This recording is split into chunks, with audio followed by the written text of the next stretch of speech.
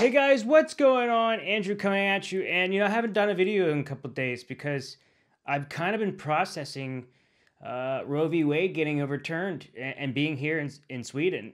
It's been crazy kind of watching this nightmare happen and being overseas. And I have to say, partly it's made me, if I would ever go back to the United States, I'd want to go back and maybe get involved in local government on a smaller scale. Because I think that's very important, and we're seeing that now with Roe v. Wade getting overturned, just how important the smaller courts were. Because, for example, conservatives took the smaller courts first, and then they took the Supreme Court. And, it's crazy to me because I knew a lot of people that 4 years ago when Trump first became president, these were members of the LGBTQ community that were my friends. They told me that Roe v. Wade was going to get overturned, that gay marriage was going to get overturned. And I never thought in a million years because I thought that America had just moved so forward. And I have to tell you that this just feels like a gigantic step backwards. And I always try to tell people in Sweden that the majority of the country doesn't want this. And I'm starting to wonder if this is like the straw that has broke the camel's back for the Republican Party. Because I even think that a lot of Republicans don't want this. Although the Republican Party has been campaigning on this for years, I really think that the Republican Party made pro-life such a big issue when they were trying to fire up the evangelical Christian base in the United States. Ronald Reagan was one of the first people that ended up doing this. And then Trump, of course, took control of this as well. He started the MAGA movement. And I just think the genie's out of the bottle now. And it's difficult for anybody to get control of this.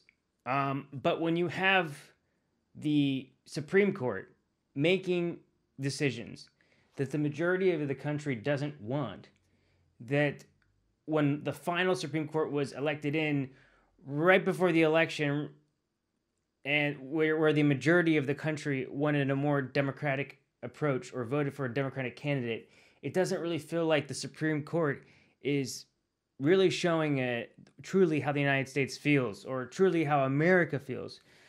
And it's a dangerous precedent to just change a decision that's already been made. And so what the scary part is okay, if you want to argue that abortion is a states' rights issue, the scary part is so could gay marriage, so could interracial marriage. If you make that argument, you can tear up a lot of basic human rights. And I would argue that abortion it's a tough situation for anybody to be in, but it should always be up to the woman to choose. That's just something that I completely stand for. And I don't really see a massive difference between religious fundamentalism in Islam and religious fundamentalism in Christianity. Again, I'm not talking about people that are Christians, that they don't judge anyone else, they don't force their religion upon anyone else, and they live their life as if Jesus would live. I'm cool with those people. I'm talking about the Bible thumpers, where they shame everybody, and there's like a little bit of a rooted anger in that. I don't think those people should be heavily involved in politics, but they are. And then the final thing I just want to say on this, and I know this is like a little bit of a rambling video, and I'm sorry about that. It's just, that's why I didn't do a video like this in a while, because it's just tough to say how I feel. But the Democratic Party needs to stand up and actually stoop to the low levels that the Conservative Party is doing. And there needs to be a big movement, because if you look at it, the MAGA movement, like half of the Republicans right now are MAGA Republicans.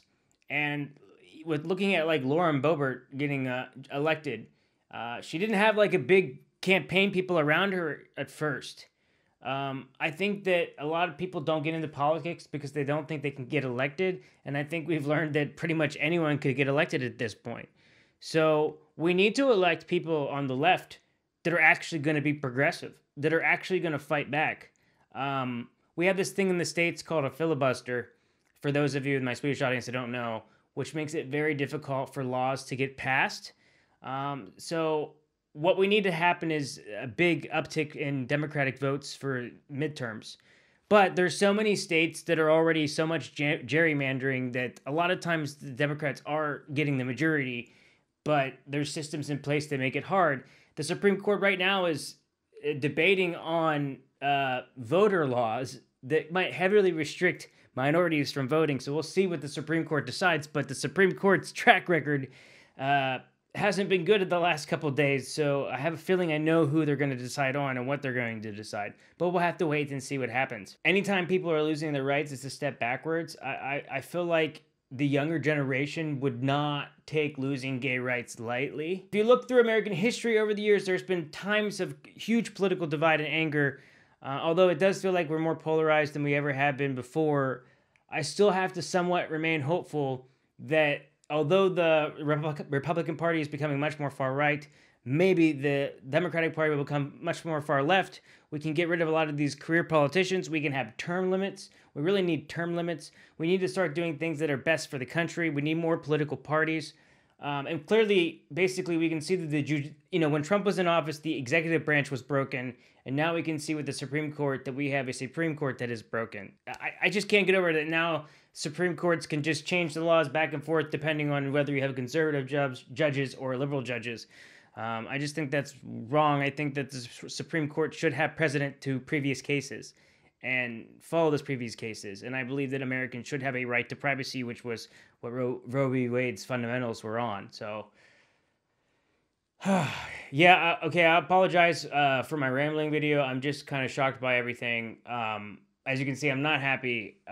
I don't know how America moves forward. I felt very hopeful the last time I was in the States that people were ready to move forward and stop fighting, but yet here we are again getting divided on another issue. And I guess we'll just have to wait for midterms and see what happens. And there's a very good chance from midterms that this was the end for the Republicans, that a lot of people are going to have heavy pushback. Even Republicans are going to jump ship. Some of the MAGA Republicans that would be for pro-choice are probably going to jump ship. A lot of the independents will jump ship. I do not think independent voters are more likely to vote for a conservative over a Democrat. I believe the majority of independent voters are, in fact, pro-choice. So, that's my video, guys. I hope you enjoyed it. Apologize if I'm not in the greatest moods, and I'll see you guys in the next video. Hej då!